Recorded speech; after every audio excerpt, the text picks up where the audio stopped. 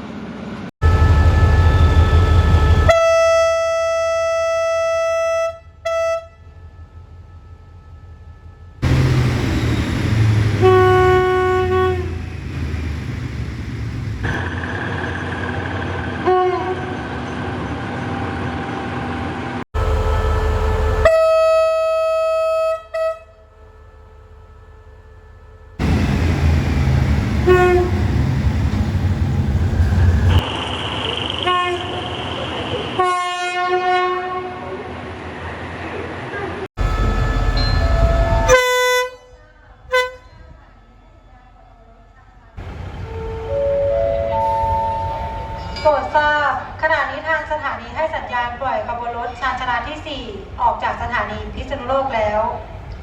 ขบวนรถเที่ยวนี้ว่าออกจากสถานีพิษณุโลกไปแล้วจะหยุดรับส่งผู้โดยสารที่สถานีบึงพระบ้านใหม่แม่เทียบเป็นสถานีต่อไปค่ะ